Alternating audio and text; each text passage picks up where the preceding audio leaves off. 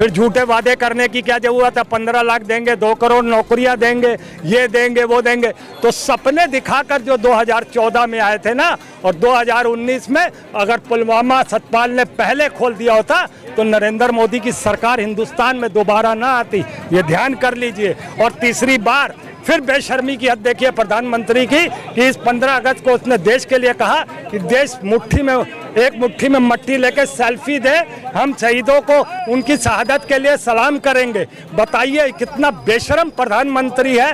2019 में अगर जवान खामोश रहे, वो बोले नहीं कि तुमने उनके साथ अगर 5 जहाज भेज देते होते तो 42 जवानों की जानें बच जाती, मगर तुमने वो काम किया। निर्दयी जालिम किस्म के प्रधानमंत्री हो तुमने। 42 की मौतों पे जिस तरीके से तुम 2019 में सत्ता में आए हो। बात सुनो, पाकिस्तान, अरे विकास की बात करें, बात सुनिए, विकास की बात करें, पाकिस्तान की बात करने लगे हैं। अगर शिक्षा की बात करें तो हिंदुस्तान और हिंदू मुस्लिम की बात करने लगे हैं ये लोग।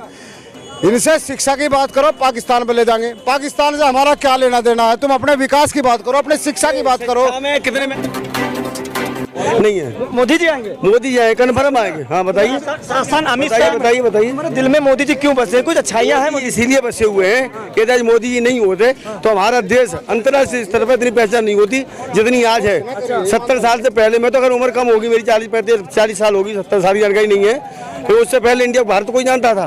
कोई नहीं जानता था। जैसे पाकिस्तान, बात सुनो, पाकिस्तान के इमरान खान सऊदी अरब में जाकर, मेरी सुनिए आप, मेरी देता था। यही पाकिस्तान डेली परमाणु बम की धमकी देता था।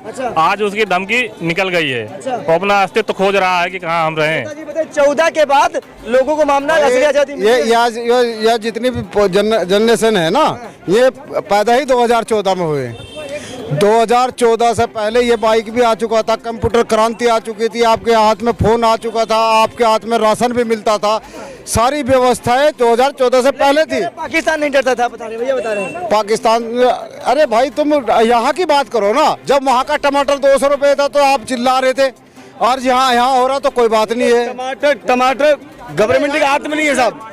टमाटर करो ना, मेरी सुनो बात, यहाँ शिक्षा, बात सुनो, पाकिस्तान, अरे विकास की बात करें, बात सुनिए, विकास की बात करें, पाकिस्तान की बात करने लगे हैं। अगर शिक्षा की बात करें तो हिंदुस्तान और हिंदू मुस्लिम की बात करने लगे हैं ये लोग।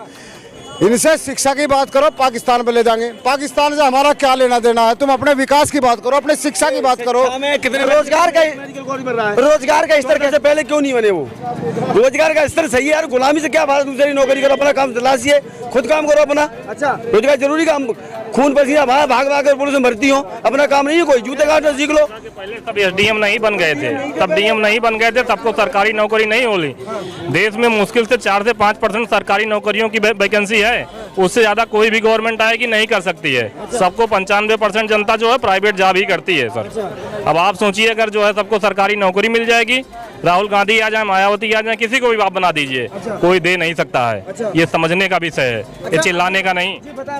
बिल्कुल सही कहा इन्होंने, कोई भी सरकार आए पूर्णतः कोई भी काम नहीं करती। फिर झूठे वादे करने की क्या जरूरत है? 15 लाख देंगे, 2 करोड़ नौकरियां देंगे, ये देंगे वो देंगे। तो सपने दिखाकर जो 2014 में आए थे ना, और 2019 में अगर पुलवामा सतपाल ने पहले खोल दिया होता तो नरेंद्र मोदी की सरकार हिंदुस्तान में दोबारा ना आती, ये ध्यान कर लीजिए। और तीसरी बार फिर बेशर्मी की हद देखिए प्रधानमंत्री की कि इस 15 अगस्त को उसने देश के लिए कहा कि देश एक मुट्ठी में मट्टी लेके सेल्फी दे, हम शहीदों को उनकी शहादत के लिए सलाम करेंगे। बताइए कितना बेशर्म प्रधानमंत्री है।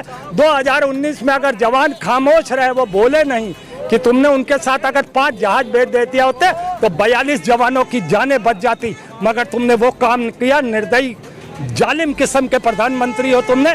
42 की मौतों पे जिस तरीके से तुम 2019 में सत्ता में आए हो, इस बार अगर फिर इसने ये फौजियों का इस्तेमाल किया, और देख लीजिए पूरे हिंदुस्तान में सर्वे करा लीजिए, 1% 2% कोई जाहिल मूर्ख जिसने मुट्ठी में हाथ में लेके सेल्फी ली होगी, नहीं तो ऐसा कहीं से देश में कोई रिकॉर्ड नहीं है। नहीं तो कितना प्रोपोगंडा बीजेपी करती, कितना इसका प्रचार प्रसार करती, करोड़ों तो इसमें फूंक देती, लाखों रुपया इसमें फूंक देती। सुना भैया क्या कहा प्रधानमंत्री जी की कमियां बताया था पूरी बातें। प्रधानमंत्री जी की कमियां गिनाना ये बहुत आसान बात है। ठीक है। उपलब्धियां आप गिना दीजिए। प्रधानमंत्री की उपलब्धियां हर जनता गिनाएगी, नेता नहीं गिनाएंगे। जन जन के बीच में जाएंगे, हर व्यक्ति गिनाएगा आपको। जनता ही गिनाएगी, नेता नहीं गिनाएंगे। जो व्यक्ति पार्टी काम सुनिए, जो व्यक्ति पार्टी विशेष से होकर के बात करेगा तो आप वहां निरपेक्ष बात नहीं कर पाएंगे। आप जनता के बीच जाएं, जनता से बात करिए, नेता से बात मत करिए।